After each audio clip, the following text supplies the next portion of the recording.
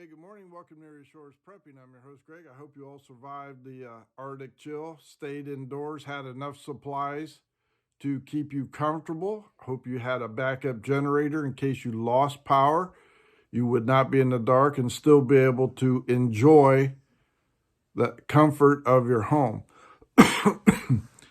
Here in Ohio, subarctic temperatures around minus 45 below zero has finally lifted. We are now around just a plain cold 5 below zero. It is estimated once the sun comes up and starts warming up, we will hit 20 degrees or so. The chickens were doing very well, didn't lose any, thank goodness. I had managed before the winter blast hit to surround the coop with heavy-duty tarps on the outside, loaded it up with straw on the inside, and put a tarp across the roof to keep the cold air and temperatures from penetrating the coop, and they are all doing very well. Still collecting eggs, thank goodness. In the news this morning, another power station was hit. Sabotage. There's no ifs, ands, or buts about it. The fence was cut. An attack ensued on the transformers in Washington, the state of. People are without power in this cold, wintry weather. Numbers fluctuate between 45 and 100,000 people suffering because of the deliberate attack of Sabotage. My question to you was, who were they? Why are they continuing these attacks across our nation from Washington, D.C., Virginia, New York, all the way across our country into Washington, the state of? I'll tell you the answer. It's the illegal immigrants sent here by our enemies in their cells, attacking our power grid to cause disruption, chaos, and otherwise heartache to the American citizens. In the meantime, not a word from the liberals about our citizens being put out because of deliberate acts of sabotage. No, not at all. Instead, the liberals are saying, both on the news and all your social media, that these poor, illegal, downtrodden asylum seekers are complaining because they had to endure a bus ride. And then once they were dropped off in front of Kamala Harris' front door in D.C., they were only dressed in summer clothes and they could have suffered severe cold injuries. And that it was undecent, unchristian of Greg Abbott to provide transportation to these illegals, to put them in Washington, D.C., where they were met by NGOs, non-government agencies, organizations, who quickly took them into warm apartments, warm buildings, provided free meals, clothing, gift cards, and addresses and transportation to other illegals in our states so they could go there and celebrate their first act of breaking our laws in our sovereign nation. You liberals are not giving credit to these delicate daisies who have come from around the world, 169 different countries at last count, traveled in all kinds of weather, traveled the perilous journeys to make it to our country, and you complain because they were dropped off in 40 and 50 degree weather, but not a peep from you about the terrorist attack on our power grids. Not a peep from you about our homeless veterans and citizens who live in this country, who have sacrificed so much for this country, given all, so that these people could get a free bus ride, plane tickets, meals, gift cards, food and shelter. And these veterans who are homeless on our streets gave it all so you could complain. You think about that.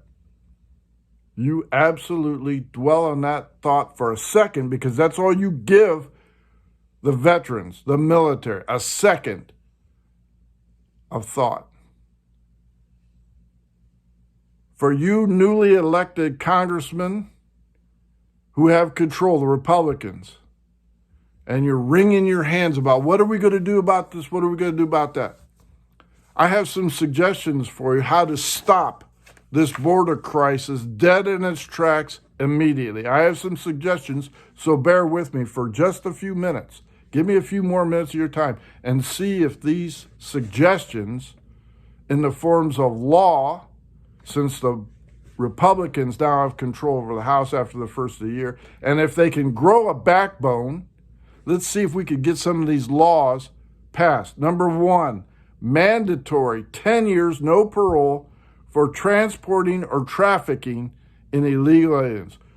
You say, okay, I got a semi-truck, let's load them up. You get caught, that's a mandatory 10 years in prison, no parole. And everything that you have is forfeit to that state. Number two, make it illegal to use any and all taxpayer dollars to support illegals. That's right, you heard it. That means schooling. That means public colleges. Any of that that goes to illegal immigrants is null and void.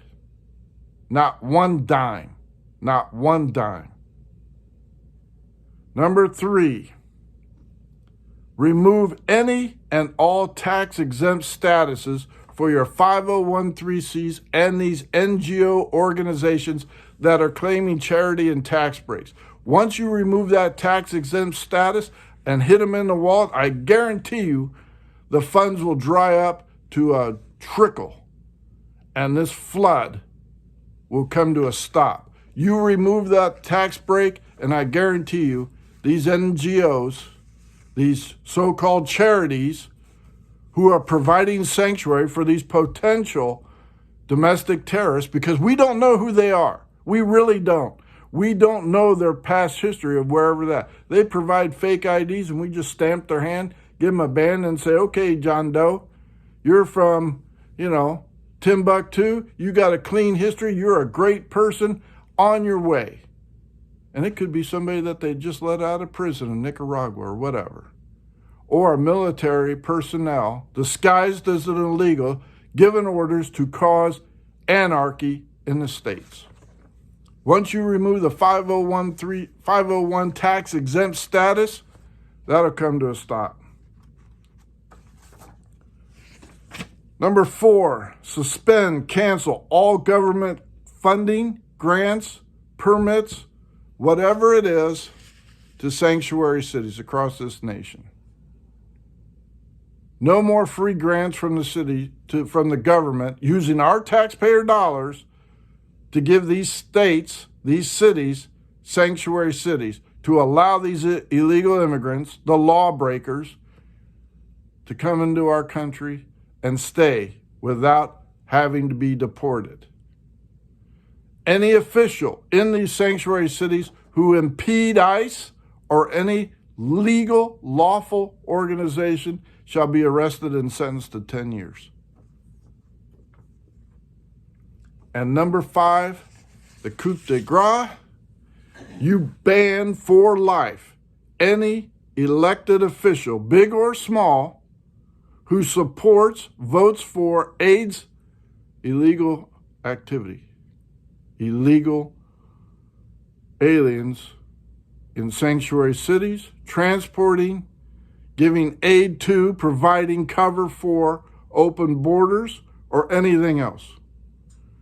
If you're an elected official and you're supporting sanctuary cities, giving aid and comfort to these illegal immigrants, whom we don't know, and I am talking illegal immigrants, not legal, welcoming immigrants who filled out the paperwork, stood in line, waited their turn.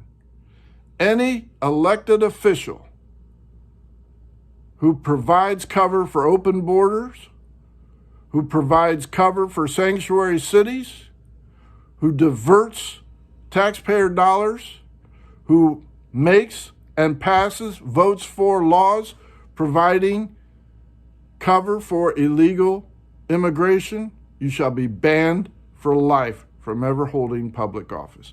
You do those 5 things, and I guarantee you that border crisis will dry up tomorrow. But you got to have the will and the backbone to stand up for your country, to stop watching saboteurs destroy our power grids, assaulting our women and children, raping them, pedophile, human trafficking, child porn, all this stuff. You got to have a backbone to defend our country. You think about that. You let me know your opinion. I appreciate it. Tired of it? You better start thinking about how you're going to defend your home front. It won't be long. Thank you for liking and subscribing. Please continue to do so. Refer this channel, share this information. Erie Shores Prepping on Rumble and YouTube. Greg out.